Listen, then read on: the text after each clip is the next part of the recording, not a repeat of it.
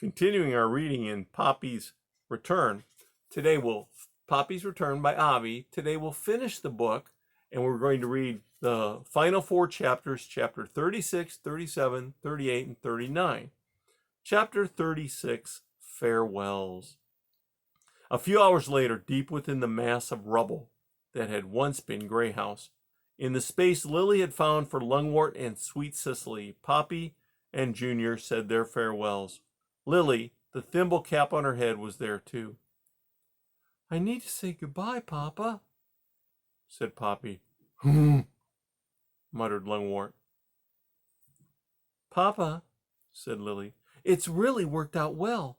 There's private room for everyone. It's so much better for the family. We can stay together without being on top of one another."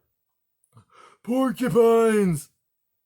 Lungwort said under his breath. "Porcupines!" Sweet Cicely gave a hug to Junior and then one to Poppy. "It was good to see you," she said.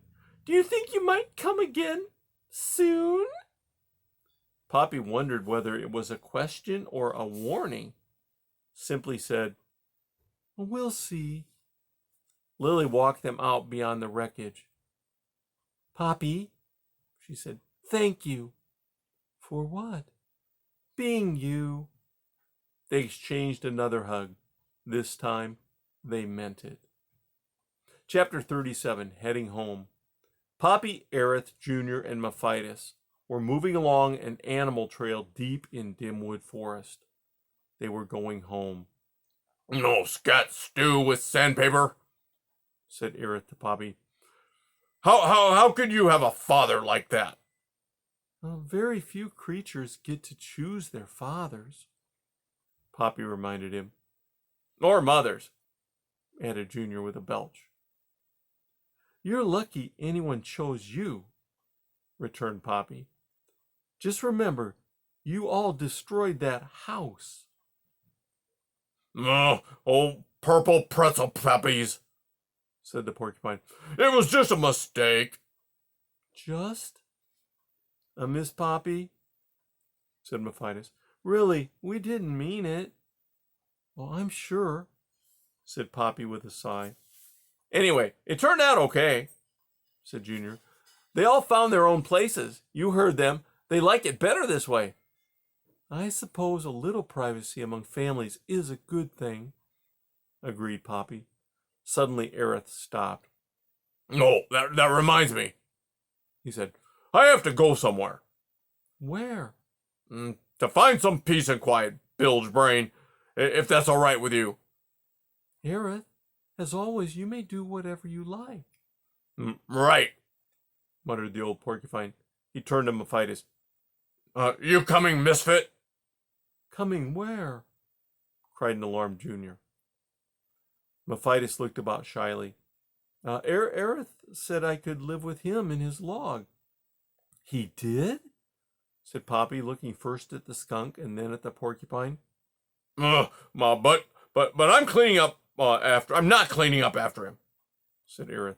Or feeding him, or teaching him, or taking care of him, or talking to him in any way whatsoever, unless I want to. And, well, and the first time he stinks up the place, or belches, or says freaking, out he goes, gone, done, kaput." "But then," asked Poppy, trying not to smile too broadly, "what are you going to do with him?" Mephitis looked to Aerith. "Suit yourself." "Yeah, tell yourself, stink star," said the porcupine. Well, he's going to teach me to swear," said Mephitis. Poppy ran over to Aerith, stood on her hind legs, and kissed him on the tip-top of his nose. Then she ran over to Mephitis and did the same. "Welcome to our neighborhood," she said. "Oh, French fried foosballs," Aerith muttered. With crossed eyes focused on the tip of his nose, he plunged into the woods and was quickly lost to view. Mephitis hesitated, looking at Junior, grinned, and said, "See you later, pal." Then he trundled after Aerith as fast as his own short legs would carry him. "Cool," said Junior. "That means he'll be living right next to us." As Poppy and Junior resumed their walk, she said, "Junior, I do have to ask you something. You've never said what you think of my parents." Well, yeah, well, your mom is a wilted flower. Your father is funny, but I don't think he means to be. No, I mean, what I mean is, do you think I'm like them? Do you want to be? I don't think so. Well, you aren't, said Junior. No more than I want to be like you or Papa, but I'd like to go back. Poppy stopped. You would? Yeah, sure. See some of, well, see, there was this mouse named of Laurel. Poppy gazed at Junior. What about her? Oh, I don't know, said Junior, looking everywhere but at Poppy. Sort of wicked. Poppy was sure his red fur turned a shade redder. What's with you? Junior asked, finally getting the courage to look at his mother. Ragweed Junior, have I told you recently how much I love you? Junior laughed. Hey, a mouse has to do what a mouse has to do. Well, I do love you, she cried, and she gave him a hug. After a moment, he returned it. Chapter 38, Another Email. To DeridedDeconstructionCompany.com. Subject, Old Lamont Farmhouse. Went out to the old Lamont place. Bulldozer had been moved. House crushed. Mice smelling like skunks have turned red.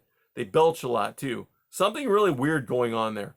I suggest you stay away, as long as there are red mice anyway. Chapter 39, Poppy's Return. It was late afternoon when Poppy and Junior reached the snag. Mariposa, Verbena, and Crabgrass were playing out front. Mariposa saw Poppy first. It's Mama and Junior, she cried. In moments, the rest of the family poured out of the snag and clung to Poppy, trying to pull her in as many directions as possible. Rye was there too, standing back and grinning broadly. How'd it go? He called over the squeaking din.